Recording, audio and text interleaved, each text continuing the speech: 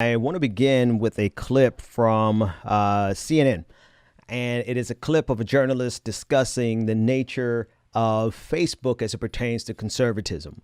And in this clip, he makes it clear that conservatives all but own the space on Facebook.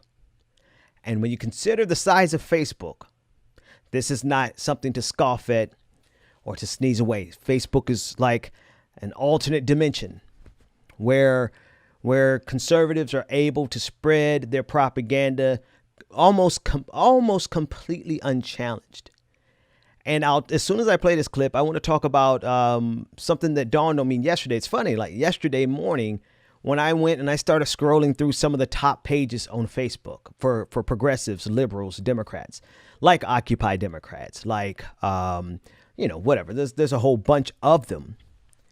I saw that most of their reach is comparable to mine.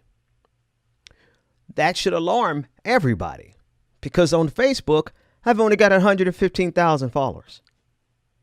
And so for me to get about as much reach on Facebook as Occupy Democrats that has like 7 million followers, when a random no-name conservative that you probably never heard of probably would have 1 million to 2 million followers, but they have almost just unimaginable reach.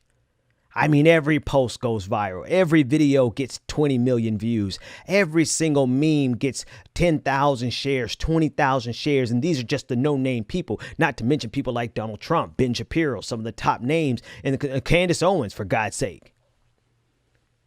And why does this matter? Well, if you're concerned about the election, clearly it matters because of just the reach, the unbelievable reach, the ability to create narratives that exist completely outside of the mainstream media, but also exist outside of Twitter. Most of the battles that go on politically with people who are involved in politics, like anywhere from organizers to media personalities to staffers to people who are just inside of the political hemisphere, so to speak, that happens on Twitter, but they are completely unaware of the extent to which conservatism dominates Facebook. All right, so that's the backdrop. Let's take a listen to this clip from CNN. Well, what have you found, Kevin, on Facebook recently? Well, I've been looking closely at Facebook data for the past several years, and in the past few months, it's amazing how dominant the Facebook sort of right wing has become, the pro-Trump part of Facebook. And I pulled a bunch of numbers on this that are in a column I wrote this week about what if Facebook is the silent majority that Trump has been talking about. And it's amazing how little we, the people who sort of work in the mainstream media, don't understand about what's going on Facebook. It's a completely parallel universe in which, the Trump's response to COVID-19 has been fast and effective, in which these riots in Portland and other cities are the biggest news story in the world, in which these sort of culture war controversies become much bigger than anything that happened at the RNC or the DNC, frankly. I just think we have very little sense of what's happening there. And so I wanted to dive in and investigate it. And I was kind of shocked by what I found. Okay, that was the voice of Kevin Roose. I believe that's how you pronounce his last name. And he followed up with a tweet. He said he didn't have time to list them all, but I pulled together some data for this segment. In August, Facebook interactions, CNN had 21 million. New York Times had 8 million. Ben Shapiro had 55 million. If you don't know who Ben Shapiro is, he is the quote unquote cool kids philosopher who has billionaires backing him, who invests millions of dollars every month to promote him on Facebook. And he is he literally is the chief propagandist for the right. He is the leading voice in right-wing propaganda. 55, he had almost more than double the interactions of CNN and the New York Times. In August, Facebook video views, CNN had 73 million. New York Times had 12 million. The Hodge twins, those are the no-name conservative YouTubers who also made it big on Facebook, 84 million views. And if you want to add something on top of that, they probably made it easily $100,000 that month off of their Facebook and YouTube views. 73 million for CNN, 12 million for the New York Times, and the Hodge twins got 84 million. Again, no-name conservatives who have more reach than not only mainstream media institutions, but also left-leaning Facebook pages. Some of the pages everybody gets excited over. Some of that, like Occupy Democrats, they're a huge page, but their reach is nothing compared to what's going on with conservatives. August Facebook shares, just shares alone. CNN, 2.2 million. New York Times, 800,000. Dan Bongino, whatever his name is from Fox News, 5.6 million. Again, in this case, more than twice as many as CNN and the New York Times. And I guarantee you, more than twice as many as most other pages that are left-leaning. The issue is that we are vastly underfunded and outgunned. I do think that there's a substantive difference. There's like a qualitative difference that goes in addition to the quantitative difference, but I'll get to that in a second. The number one thing is we are vastly outfunded. There's actually three parts to this. Let me break it down. I want to start with the one that is the most serious is the fact that Facebook capitulates to conservatives on a regular basis. Facebook capitulates to the pressure that comes from right wingers on Facebook. They constantly give in to their demands. It is a situation where right wing propaganda will go completely unabated, unscathed, without any challenge, and simple clickbait on the left will get flagged and taken down. There is no question.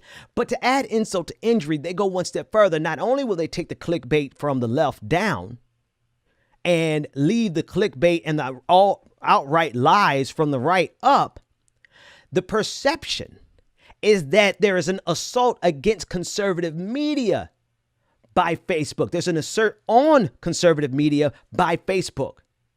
Okay, do you see what I'm saying? So they have the best of both worlds. Conservatives have the best of both worlds in this, is that number one, they get their reach is completely untouched.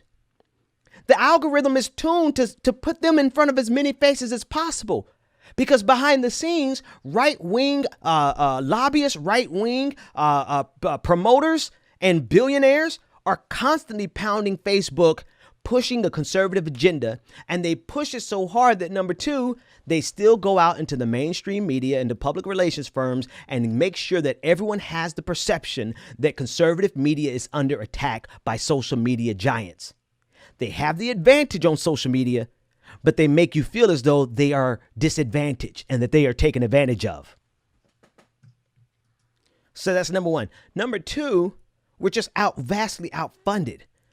Conservatives have unlimited amounts of money to pour into these platforms, and they have channels, they have funnels, right? They have a funnel that they could take a no-name conservative who just happens to say something really slick one day, and they put $1 million behind them, and they develop this entire ecosystem around them, and all of a sudden they are a conservative superstar on social media, and they replicate that model over and over and over again merely because they have the ability to outspend us 10 to 1, 100 to 1.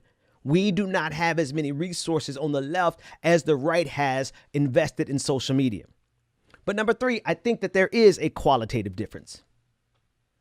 I truly believe that there is a qualitative difference in the content that's being put out. Not that their content is better.